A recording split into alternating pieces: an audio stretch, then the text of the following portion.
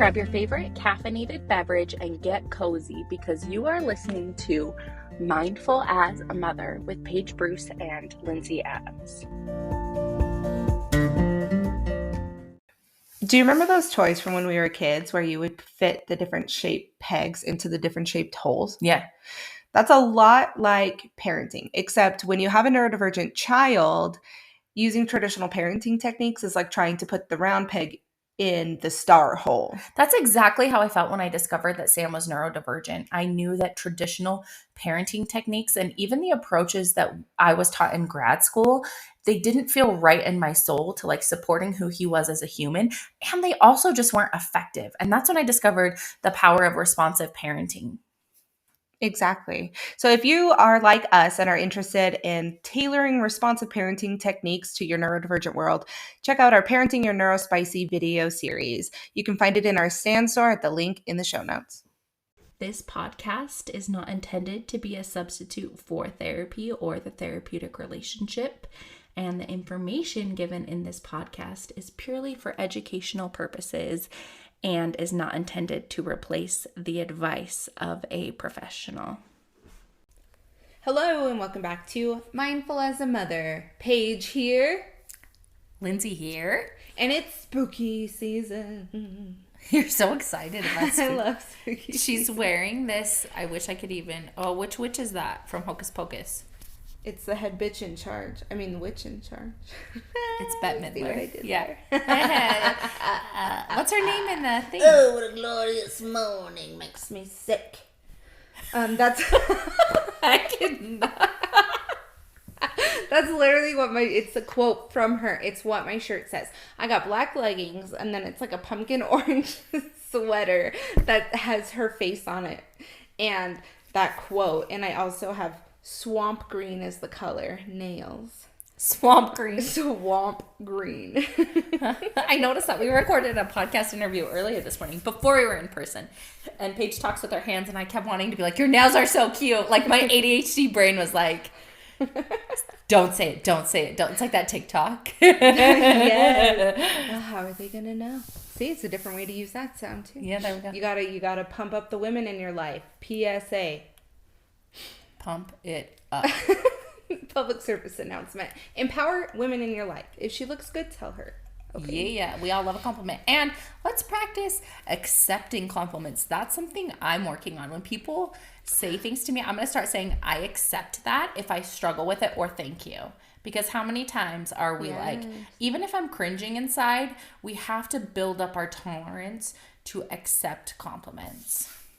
Is that some emotional housework that you're doing? It is emotional housework that I'm doing. That's a boundary. Yeah, because just like building up tolerance for negative emotions, if you have trouble feeling seen, heard, and understood, it means you likely didn't feel seen, heard, and understood at parts in your childhood or all of it.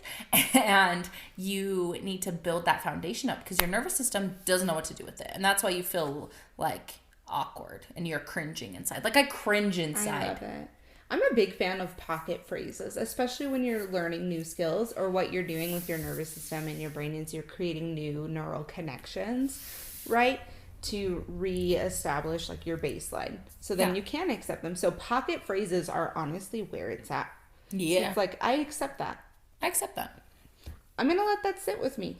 Yeah. Or I just say thank you instead of when someone says you have a really cute shirt, instead of deflecting, be like, oh, I got it at Target for $9.99. Oh, thank you. I'm going to sit in that for a minute. Yeah. We know we're being super extra with it because we're therapists, but you can just say thank you. That can be your pocket phrase. Yeah. Yeah. So speaking of... I mean, be extra if you want to be extra. We're always extra. Also, it's spooky season. We're meeting I don't know if you know, but it's spooky season. Spooky season. Spooky. And tonight is the full moon. And I'm wearing my witchy shirt for my witchy shit later when we do our full moon ritual. Like it's spooky season. So yeah.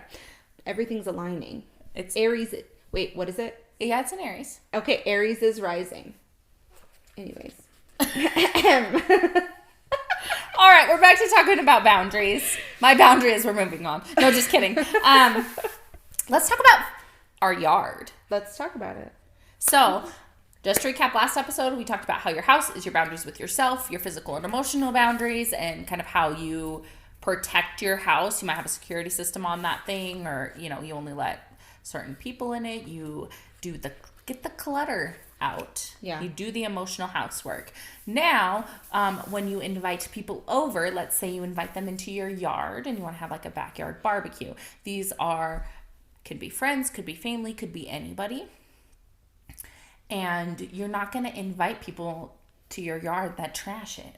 Yeah. Like if they're peeing in the bushes, you probably are going to kick them out. Yeah, if they're ripping up your brand new landscaping. Yeah.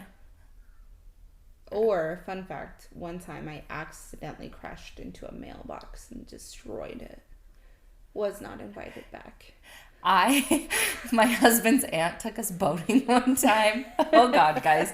I don't know what's come over me, but I'm suddenly sharing like one of my most embarrassing moments. We rented these jet skis and I freaking crashed the jet ski into their boat.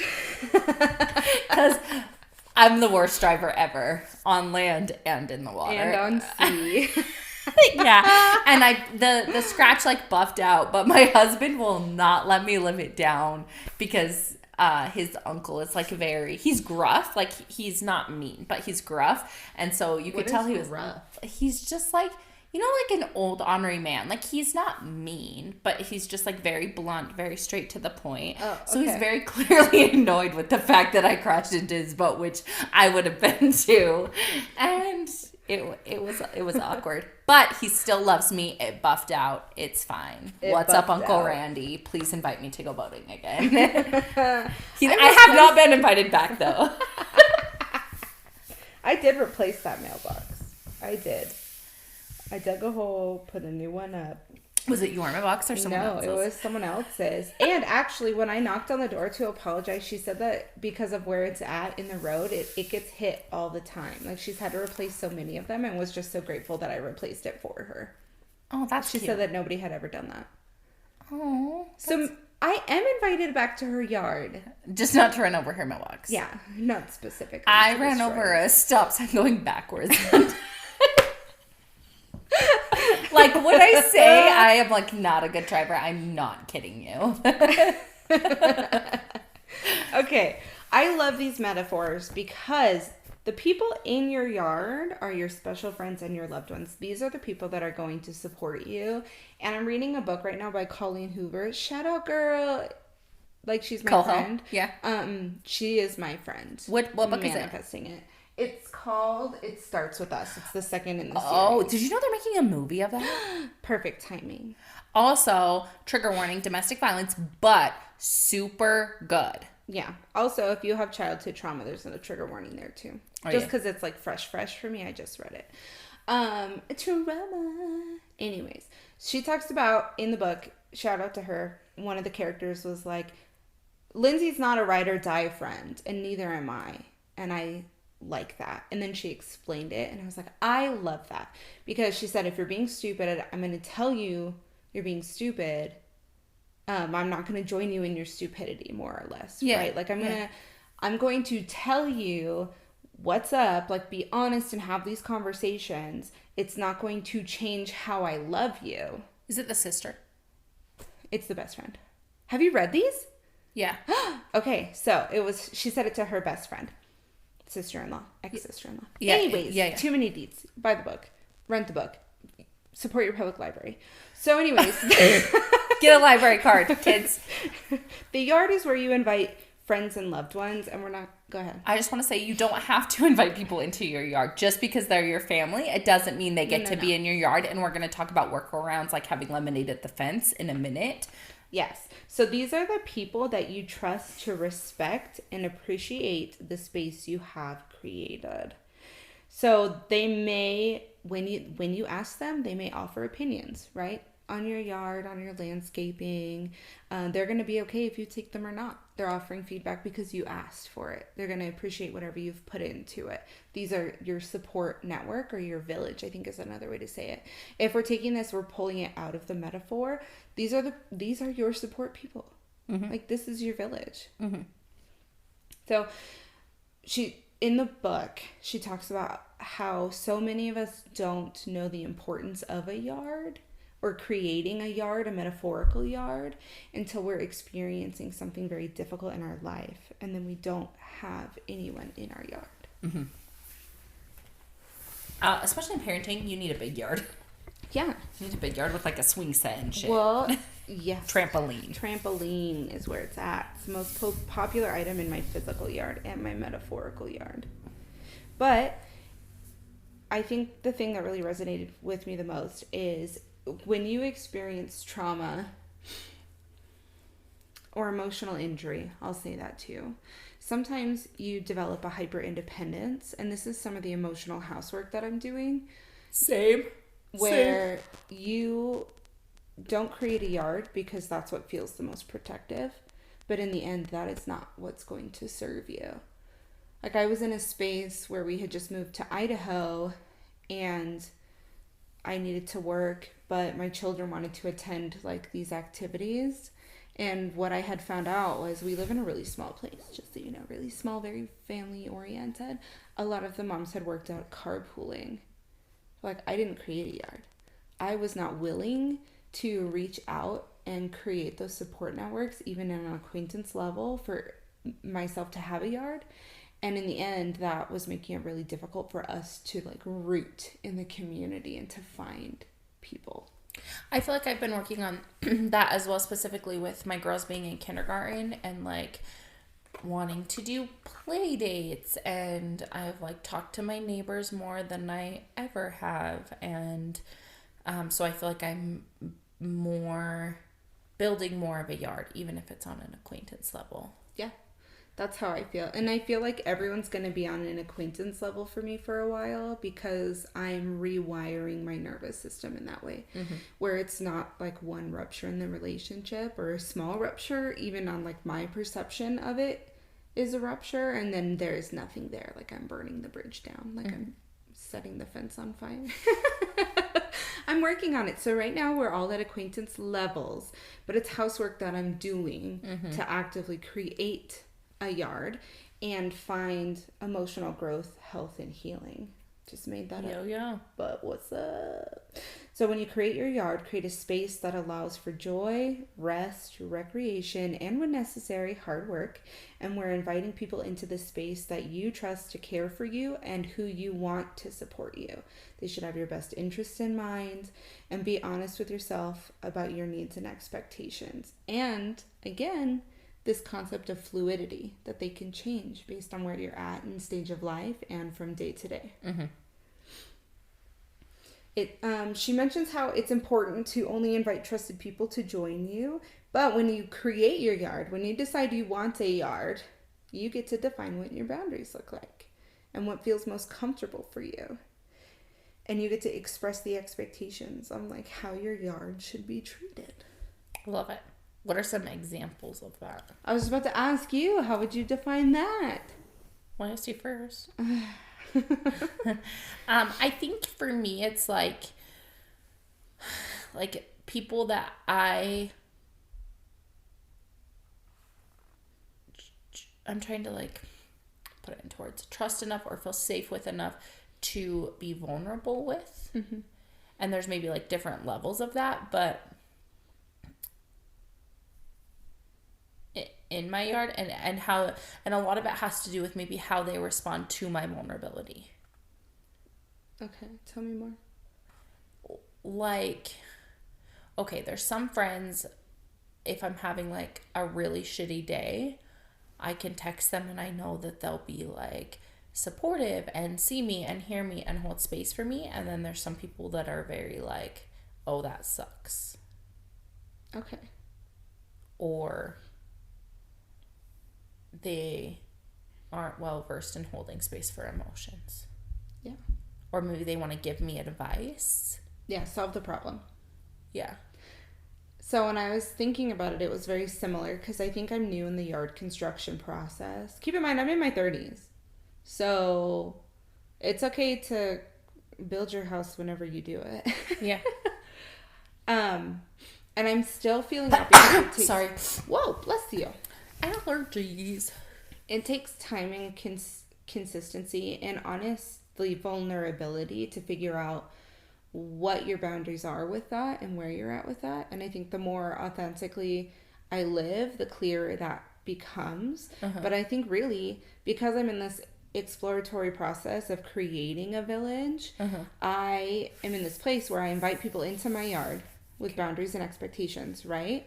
And then if they are habitually in violation of them, then now I know they're not my yard people. Yeah. And this is how I'm like vetting the process. I don't have people necessarily that are already in my yard. Some I do, like maybe two or three. It's a dog. It's loyal.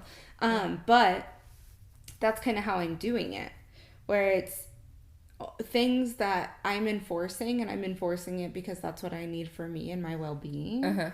And then if that's not respected or consistently, and it's not like a one and done, which is also a lot of growth for me, it's like there's consistency in the violation of it, then I know they're not my yard people, and I create distance. Yeah. So what do we do if they're not our yard people? That's a great question. We build a fence. I don't know why I'm so into the voice inflection today. I was like, into the fence. Yeah, I'm into the fence. Did we have more to talk about with the yard? You're holding the book, so I'm just... I really like that it says yard boundaries don't require apology or justification. Love. Yeah, we don't have to justify or apologize for our yard boundaries. Yeah. And who's in our yard and who's not in our yard. Yeah. It all depends on what we want. And people don't deserve to be in our yard just because we're related to them by blood. Exactly. So I really liked that part of it. And then it talks about how when somebody defies or mocks your boundaries or makes you feel stupid for having them, that's how you know they're not a healthy yard person for you.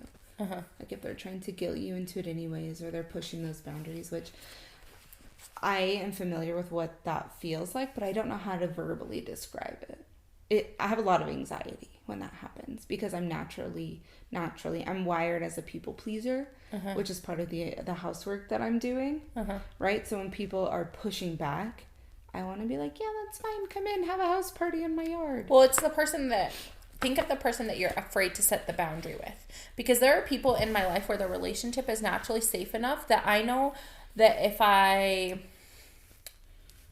Okay, I'm going to use canceling or like bailing on plans. If I were to text someone... Okay, we're really good at this.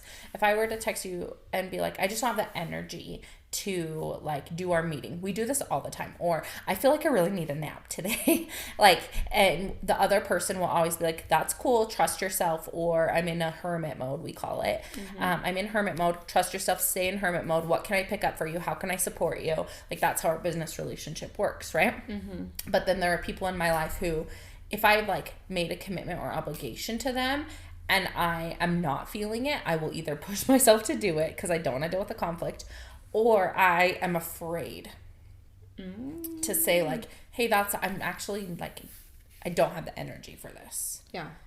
Okay. So really your internal response, that self-awareness skill you've been building, is how you know whether or not someone's a yard person for you. Yeah. It's like, if I feel comfortable saying to like, if I can text them and be like, hey, I'm really just not feeling it today, and I feel totally comfortable in that, then I know that they are a yard person for me.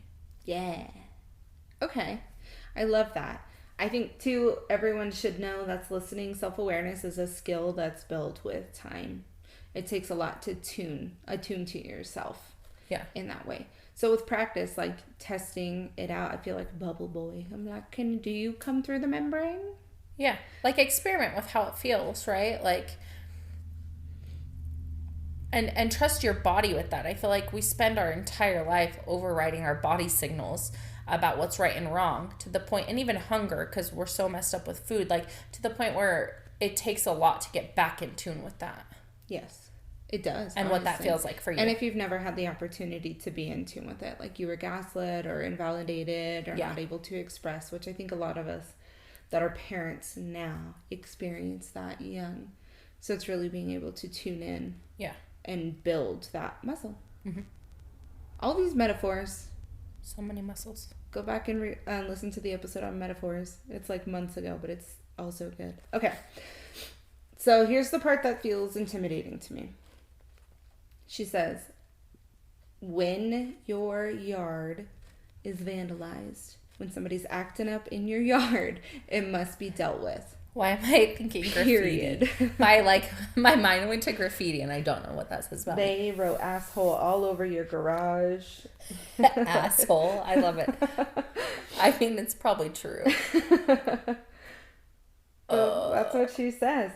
Once your boundaries are clear and in place, you're comfortable with at least some of what they are. Again, they're fluid. If somebody is not respecting them, you must respond. And that's where the yard work is hard. Yeah, that's where, like, I'm rocking in the corner over a strongly worded text. Yeah, exactly. It's not even strongly worded. It's not. I was just about to say that. It's not even strongly worded. It's like direct, but not unkind in any way. Yeah, and I'm, like, having a freaking panic attack. So she kind of walks us through how to practice this. So I'm just gonna do that for all of us out here in the yard experimenting. Okay. I hate yard work, guys. This is tracking for me. Yeah. I hate yard work and metaphorically. Metaphorical yard work. But she says sometimes we kick people out of our yard prematurely with the mistaken belief that there's no other option, and that's me 100%. Like, if there is an infraction, then that's it. We're done, right?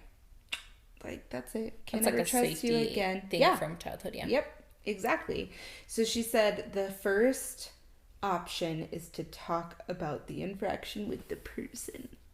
Doesn't that feel like it should be the last resort? Dude, I'm having real anxiety right now. Wait, I'm supposed to have a conversation with someone. Yeah, that's your first line of defense. The first thing you do. No. No.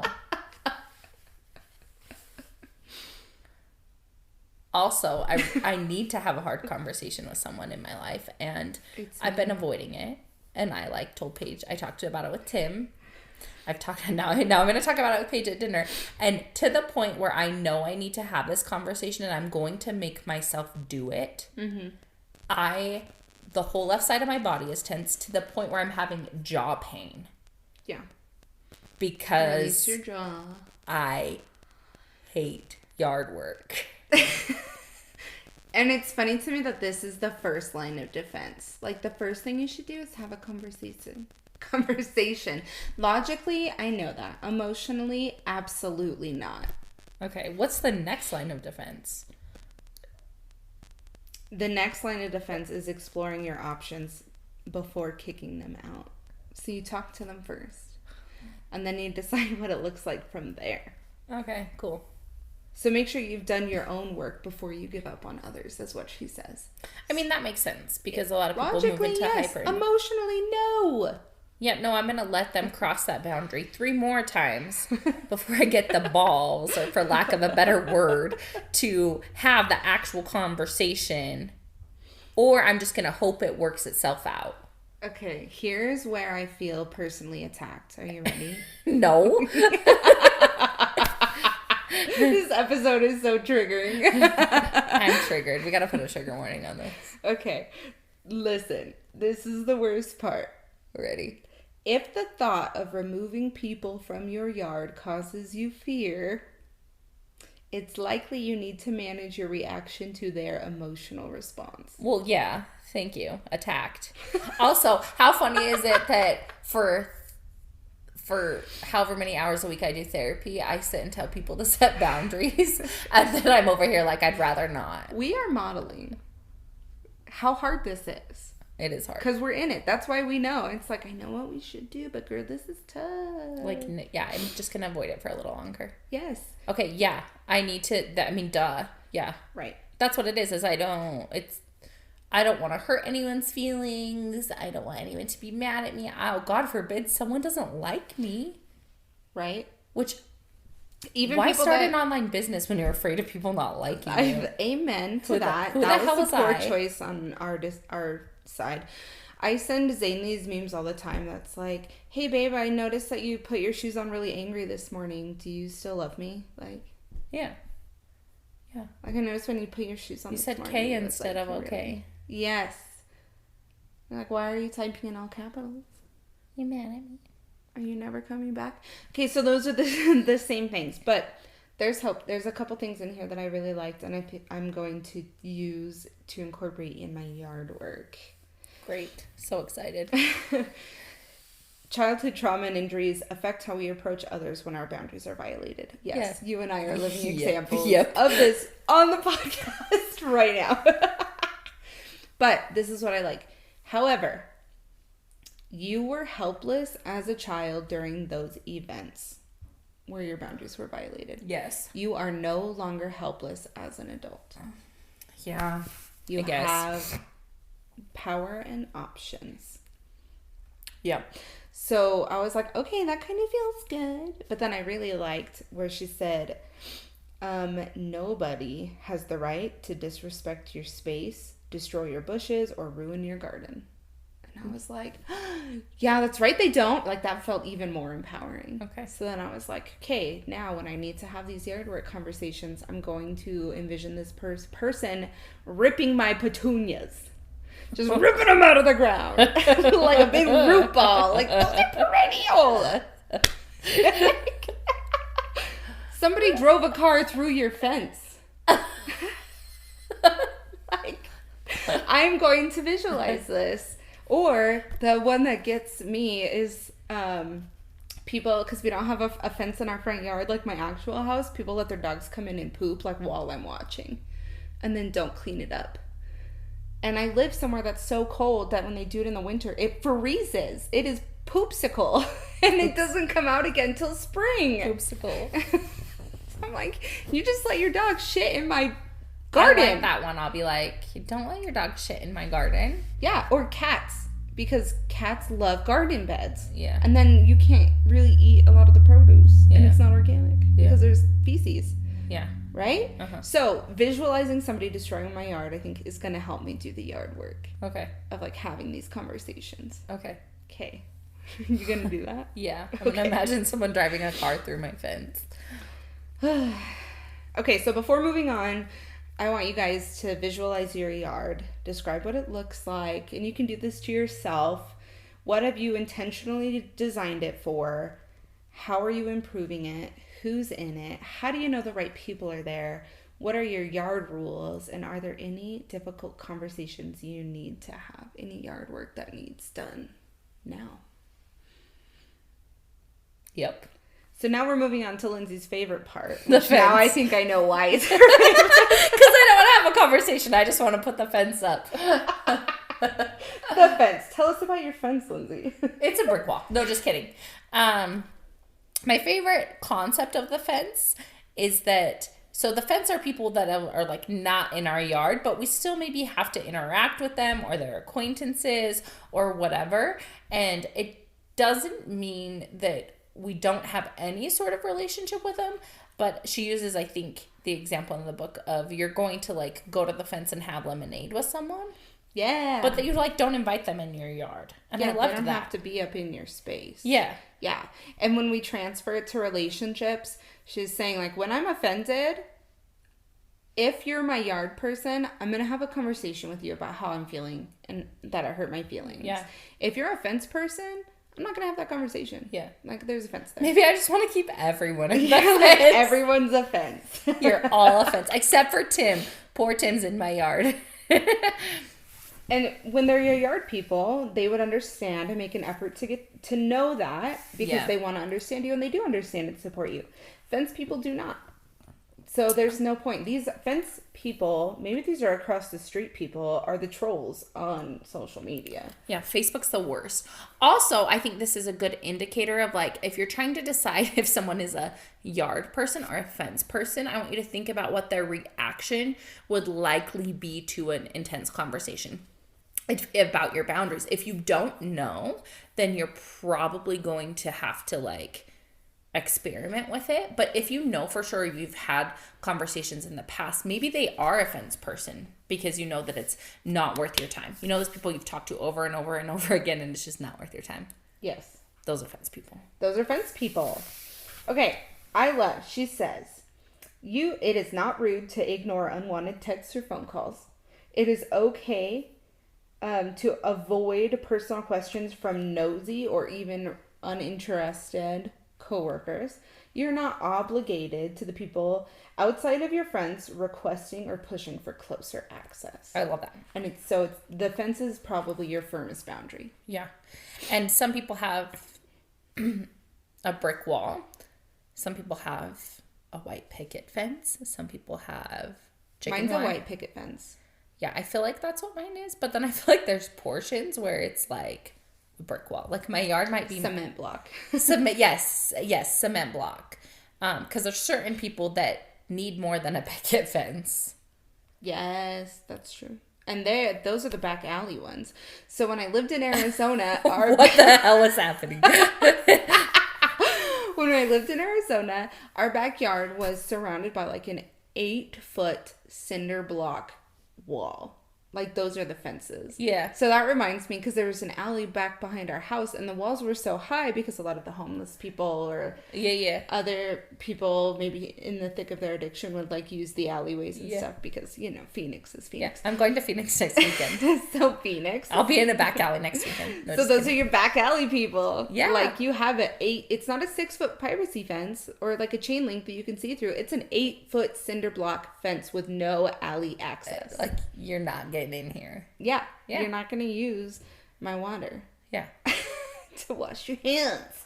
Anyways. So she says that just because you have firm boundaries and you continue to hold them does not mean you're angry with them or that you can't interact with them. If that's what you choose. It means you interact, but then there's space for rest and recovery in between. Support your nervous system, kids.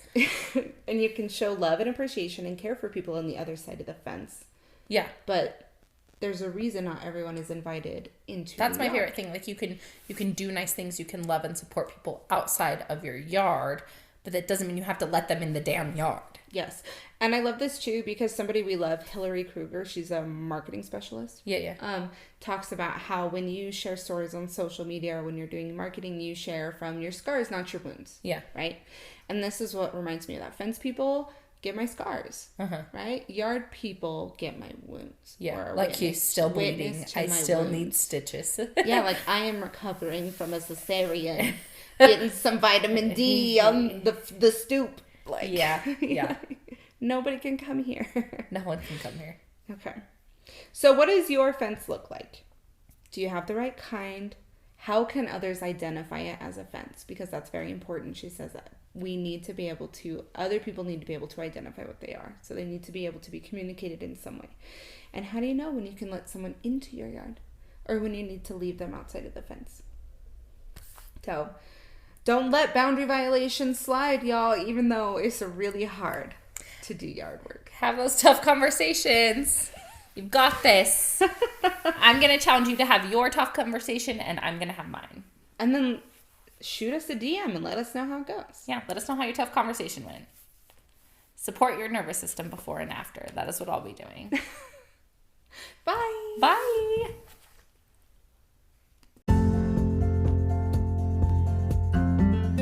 Thanks for coming to Mindful as a Mother podcast. If you'd like more of us and Mindful as a Mother, you can find Paige at Instagram at Parenting with Paige and Lindsay at Linz_Adams LCSW. Find us on TikTok, Instagram, and in our Facebook group, Creating Community and Smashing Parental Stigma, Embracing Mindful Motherhood and Positive Parenting. Thanks so much and see you next time.